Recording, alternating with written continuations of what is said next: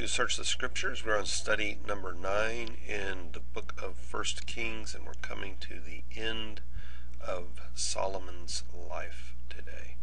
1 Kings chapter 10, verse 14 through the end of chapter number 11. We're going to try to answer a couple different questions today.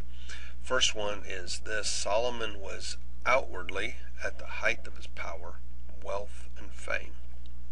But what was going on within his heart in respect A, to his affections, and B, of his relation to God? And what was God's chief charge against him? And secondly, how does the account of the events of 11:14 through 40 bring out God's overruling hand, and what effect should this truth have on a believing heart? Let's look at 1 Kings chapter number 10, beginning with the 14th verse and all the way through the end of chapter number 11 together. 1 Kings chapter 10, verse 14, the weight of the gold that Solomon received yearly was 666 talents, which that amounts to 25 tons of gold. At the current exchange rate, it's $1.25 billion a year.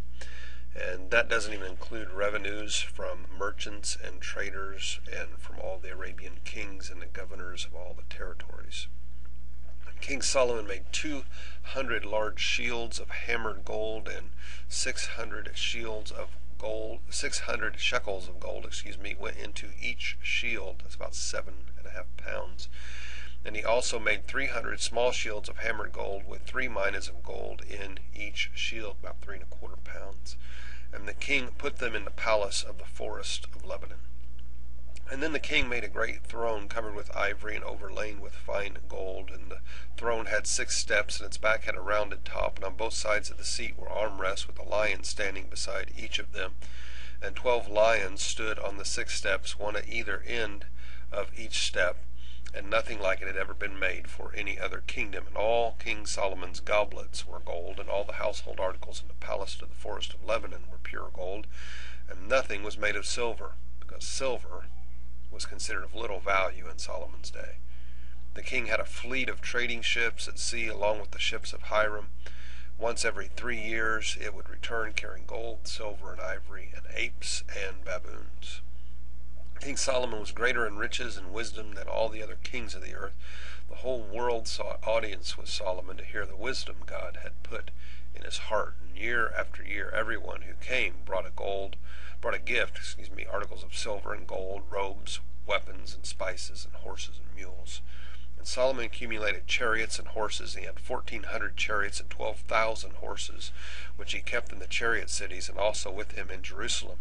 The king made silver as common in Jerusalem as stones, and cedar as plentiful as sycamore figs in the foothills.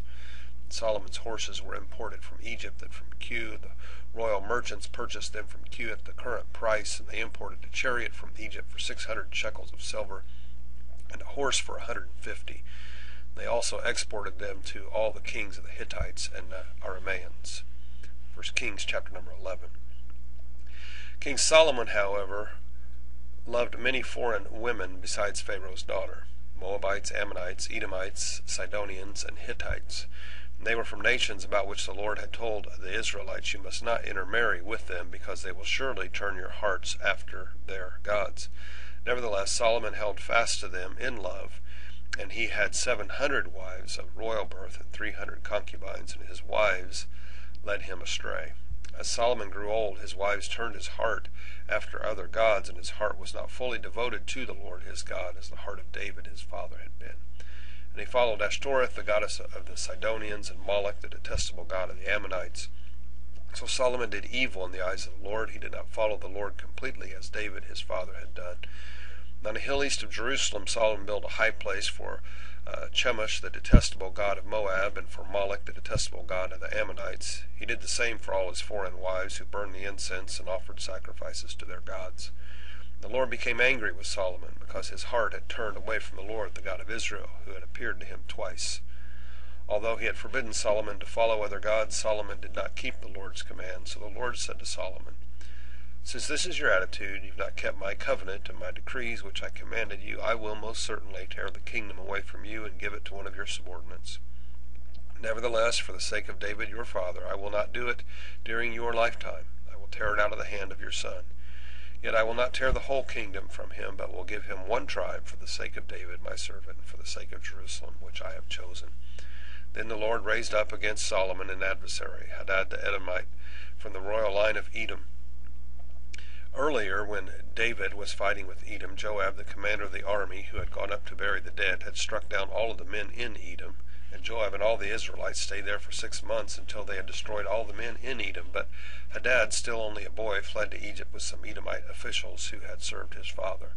And they set out from Midian and went to Paran, and then taking people from Paran with them, they went to Egypt, to Pharaoh, king of Egypt, who gave Hadad a house and land and provided him with food. Pharaoh was so pleased with Hadad that he gave him a sister of his own wife, Queen Tahpenes, in marriage. The sister of Tahpenes bore him a son named Genubath, whom Tahpenes brought up in the royal palace where Genubath lived with Pharaoh's own children. And while he was in Egypt, Hadad heard that David rested with his ancestors, and that Joab, the commander of the army, was also dead. And then Hadad said to Pharaoh, "Let me go, that I may return to my own country." "What have you lacked here that you want to go back to your own country?" Pharaoh asked. "Nothing," Hadad replied, "but do let me go." And God raised up against Solomon another adversary, Rezon son of Eliada, who had fled from the master, Hadadezer, king of Zobah.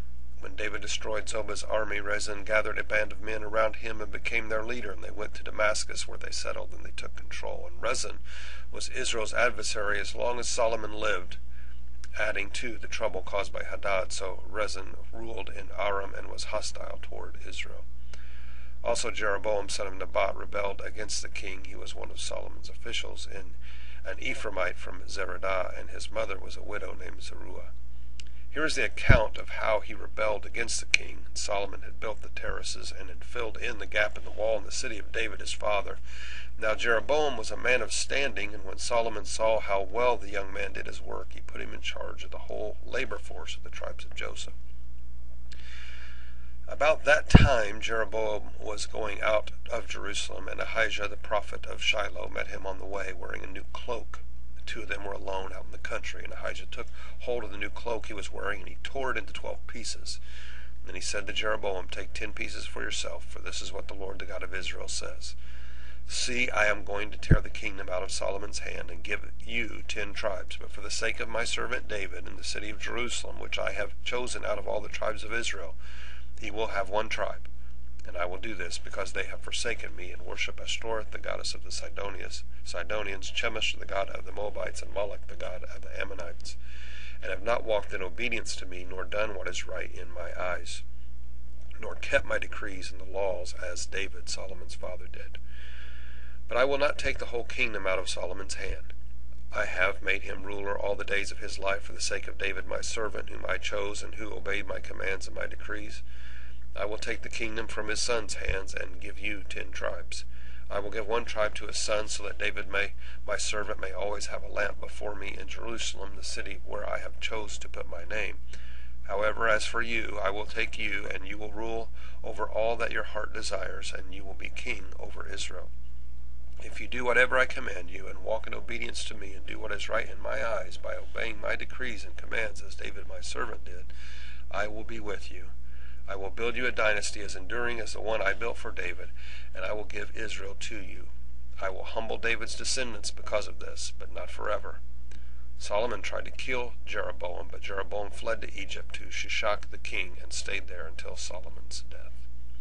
As for the other events of Solomon's reign, all he did, and the wisdom he displayed, are they not written in the book of the annals of Solomon? Solomon reigned in Jerusalem over all Israel 40 years. Then he rested with his ancestors and was buried in the city of David his father, and Rehoboam his son succeeded him as king. Well, let's look at the questions now. Question 1, Solomon was outwardly at the height of his power, wealth, and fame, but what was going on with his heart, with respect to his affections and to his relationship with God, and what was God's chief charge against him? Well, Solomon's weakness, in spite of his overwhelming wisdom, was women. He made the mistake of surrounding himself with many foreign wives, 700 of them. It's a lot. These foreign wives brought baggage with them. They brought the baggage of their gods into the palace. Solomon succumbed to their desire to worship their own gods, to have their own places of worship, and he helped facilitate the worship of other gods among the king's own household. And this was something that God could not tolerate. Second question, how does the account of the events of 11:14 through 40 bring out God's overruling hand, and what effect should this truth have on a believing heart? No matter how many degrees we have hanging on our walls or how much money we have in our bank accounts, at a moment's notice, God can take it all away. It is, after all, the Lord that exalts, and it's the Lord that brings low. And we have to realize this reality. We have to constantly be seeking to humble ourselves under His mighty hand. I hope this study's been a blessing to you today. I hope you're humbling yourself under the hand of God. Hope you're having a great day so far, and may God richly bless the rest of your day.